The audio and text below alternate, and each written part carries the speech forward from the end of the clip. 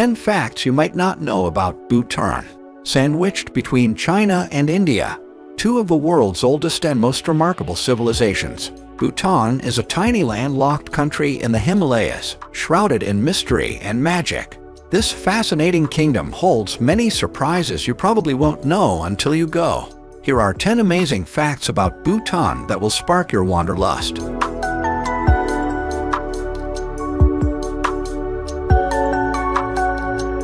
Number 1. Bhutan adopts the policy of high-value, low-impact tourism. Bhutanese people know that unrestricted tourism can affect their unique landscape and culture, so they take a sustainable approach to tourism development. It's called high-value, low-impact tourism. International tourists, except citizens of India, must pay a minimum fee to visit Bhutan.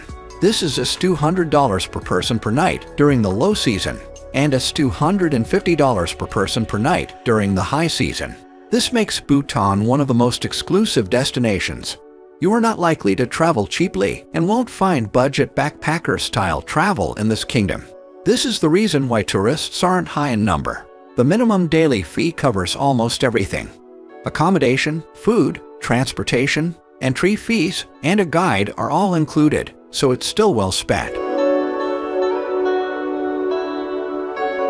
Number 2. It's known as the last Shangri-La. This Himalayan kingdom has only been open to the outside world since the 1970s. Visitors are amazed by its unspoiled culture and nature. It's like a paradise lost. There's a sense of purity and mystery here. The moment you disembark from your flight, you can breathe in the fresh air and see friendly locals wearing smiling faces. You'll marvel at majestic snow-capped peaks and lush forested valleys. This post-perfect landscape makes a splendid backdrop to fortresses like dzongs and monasteries, where the colorful tsekis is displayed yearly. The festival-goers are still in medieval dress, men in a go, and women in a kira. Besides, you'll find beautiful textiles, handicrafts, and wondrous animals, such as the taikin, the national animal. Thus, it is no surprise that Bhutan is called the last Shangri-La. Number 3. National happiness is officially measured. The Bhutanese take happiness very seriously. Even though Bhutan is one of the least developed countries in Asia, the government still prioritizes gross national happiness rather than gross domestic product, as it clearly understands that being richer does not mean being happier. GNH was coined by Jigme Singh Iwangchuk, the fourth king of Bhutan, in 1972, as he wanted to develop the nation's economy sustainably. Unlike GDP, GNH stresses the importance of living harmoniously with nature and traditional values. It has 4 pillars: sustainable and equitable socio-economic development, environmental conservation, preservation and promotion of culture, and good governance. The United Nations introduced this idea in 2011, encouraging its member nations to follow the example of Bhutan, and called happiness a fundamental human goal. Number 4. Education and healthcare are free for all. Despite being impoverished, Bhutan provides all its citizens free primary education and health care. Education is a fundamental right for its people and vital to achieving the nation's social, cultural, and economic goals. The government charges no tuition fees and even provides free stationery and textbooks to rural children. The literacy rate has significantly increased over the past several decades. English is taught in most schools. Besides, the Bhutanese enjoy essential health care services at hospitals or health clinics. As a result, infant mortality has dropped and life expectancy has increased in recent years. In 2016, Bhutan had a life expectancy of 70 years, higher than its neighbor India. Number 5. The country absorbs more carbon than it gives out. Bhutan is one of the happiest countries in the world, and one of the greenest. Over 70% of the country is covered by forest. The Constitution requires that at least 60% of the land remain forested for future generations. While many other countries are working hard to cut carbon emissions, Bhutan is already carbon neutral and negative. This kingdom is the first and the only carbon-negative nation in the world. This means you can enjoy the pristine nature when traveling across this beautiful country. Number 6. It is one of the few countries without traffic lights. This is perhaps the most exciting fact about Bhutan. You won't find any traffic lights throughout the country, not even in its capital city of Thimphu, which has the heaviest traffic. Yet it is amazing that traffic is still orderly and efficient. This is because it has police officers who stand in booth-like structures in significant intersections to direct and control traffic. A set of traffic lights was once used for one day in Thimphu, but they were removed because the locals complained that the traffic lights were ugly, and they still prefer the police officers. Number 7. It has the highest unclimbed mountain in the world. Bhutan is home to the world's highest mountain that has never been climbed.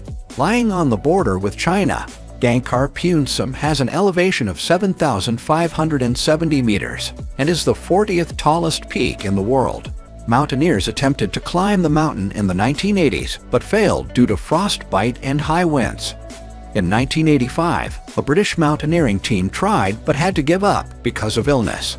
An Austrian team climbed the next year and met treacherous monsoon weather. Bad for the mountaineers, but good for the mountains. The Bhutanese government banned climbing any mountain higher than 6,000 meters in 1994 out of respect for the local spiritual beliefs.